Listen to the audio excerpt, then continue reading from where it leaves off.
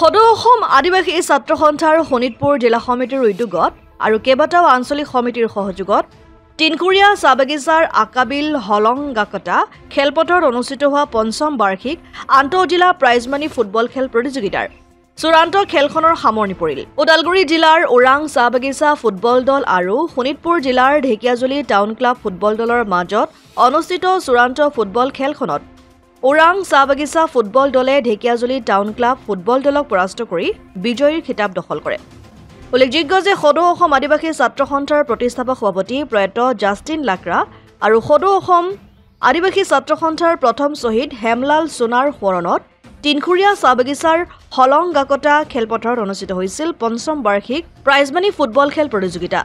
আদিবাসী ছাত্ৰ সন্থাৰ শোণিতপুৰ জিলা সমিতিৰ উদ্যোগত আয়োজিত ফুটবল খেল প্ৰতিযোগিতাৰ চূড়ান্ত খেলখনত শোণিতপুৰ জিলাৰ ক্ৰীড়া বিষয়া প্ৰাঞ্জল দিহিঙীয়া উপস্থিত থাকি গুৰুত্বপূৰ্ণ মন্তব্য আগবঢ়ায়। সদৌ অসম আদিবাসী ছাত্ৰ সন্থাৰ শোণিতপুৰ জিলা সমিতিৰ উদ্যোগত আয়োজিত ফুটবল খেলৰ চূড়ান্ত খেলখনত সদৌ শোণিতপুৰ জিলা ছাত্ৰ সন্থাৰ সভাপতি অভিজিত নাথ, সমাজকৰ্মী ধীৰেন তিৰ্কী, কংগ্ৰেছ দলৰ শোণিতপুৰ জিলাৰ উপসভাপতি বেণুধৰ নাথ, আদিবাসী ছাত্ৰ সন্থাৰ শোণিতপুৰ জিলাৰ সভাপতি আনন্দ তাঁতী আৰু ঢেকিয়াজুলি আঞ্চলিকৰ সম্পাদক বিনয় কিষাণৰ লগতে আদিবাসী ছাত্ৰ সন্থাৰ কেইবাগৰাকীও কেন্দ্ৰীয় নেতা উপস্থিত থাকে। সদৌ অসম আদিবাসী ছাত্ৰ সন্থাৰ শোণিতপুৰ জিলা সমিতিয়ে আয়োজন কৰা এই প্ৰতিযোগিতাখন আমি উপভোগ কৰিলোঁ, যথেষ্ট আপ্লুত হ'লোঁ। হাজাৰ হাজাৰ দৰ্শক আহি এই প্ৰতিযোগিতাখন উপভোগ কৰিলে। আমি দেখিবলৈ পাইছোঁ ইয়াত খেলুৱৈসকলে যথেষ্ট উন্নতমানৰ খেল প্ৰদৰ্শন কৰিছে আৰু আদিবাসী ছাত্ৰ সন্থাই যি এই প্ৰতিযোগিতা আয়োজন কৰিছে ইয়াৰ যোগেদি খেলুৱৈসকলে নিজৰ প্ৰতিভা প্ৰদৰ্শনৰ এখন মঞ্চ পাইছে। আমি আশা কৰিছোঁ অনাগত দিনত তেওঁলোকে এনেধৰণৰ প্ৰতিযোগিতা আয়োজন কৰি থাকিব আৰু তেওঁলোকে এখন মঞ্চ প্ৰদান কৰিব, যাৰ যোগেদি আমি ৰাষ্ট্ৰীয় পৰ্যায়ত বা আন্তঃৰাষ্ট্ৰীয় পৰ্যায়ত ভাল নাম কৰা খেলুৱৈ অনাগত দিনত দেখিবলৈ পাম বুলি আশা কৰিব পাৰি।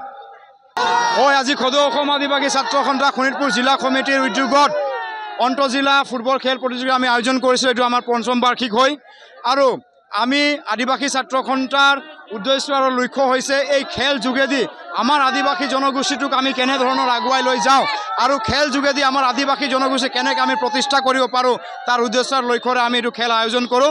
আৰু আজিৰ এই খেলখন আমি আদিবাসী ছাত্ৰ সন্থাৰ পঞ্চম বাৰ্ষিক ইয়াত অনুষ্ঠিত কৰিছোঁ। আপোনালোকে দেখিছে ইমান মানে অজস্ৰ লোকৰ সমাগম সঁহাৰি আমি এই খেলত পাওঁ আৰু প্ৰয়াত আদিবাসী ছাত্ৰ সন্থাৰ প্ৰতিষ্ঠাপক সভাপতি স্বৰ্গীয় জাষ্টিন লাকৰা তথা আদিবাসী ছাত্ৰ সন্থাৰ প্ৰথম শ্বহীদ হেমলাল সোণাৰ সোঁৱৰণিত আমি এইখন ফুটবল অনুষ্ঠিত কৰোঁ। আৰু আপোনালোকে জানে আজিৰ তাৰিখত খেল হৈ থকা নাই, আজিৰ তাৰিখত খেল হৈছে এখন জাতি জনগোষ্ঠীক প্ৰতিষ্ঠা কৰা এখন মাধ্যম আৰু এই মাধ্যমেৰে আমাৰ আদিবাসী জনগোষ্ঠীৰ আপোনালোকে সকলোৱে জানে অসমত আদিবাসী জনগোষ্ঠীৰ ভাই ভণ্টিসকলৰ যিটো ষ্টেমিনা, যিটো পাৱাৰ, যিটো এনাৰ্জি এই ফুটবল গেমত আছে বুলি আমি ভাবোঁ। আৰু আমি ভাবোঁ এই আদিবাসী ছাত্ৰ সন্থাৰ উন্নতি আৰু এক খোজ আগুৱাই যোৱাই এই ফুটবল খেলে আমি আদিবাসী ছাত্ৰ সন্থাই কামনা কৰিছোঁ আৰু আমি আশা কৰিছোঁ এক খোজ আগুৱাই যাব আদিবাসী ছাত্ৰ সন্থাই গোটেই আদিবাসী সমাজখন।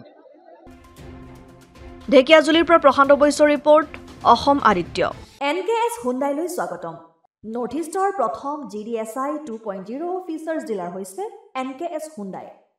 অত্যাধুনিক সা সুবিধাৰে তৈয়াৰী মষ্ট আপডেটেড হুণ্ডাই ডিলাৰ এতিয়া ডিব্ৰুগড়ত। আমাৰ NKS হুণ্ডাই ডিলাৰত open sales consulted room, customer ৰুমৰ লগতে পুৰণি গাড়ীৰ এক্সচেঞ্জ ফেচিলিটিও ৰখা হৈছে।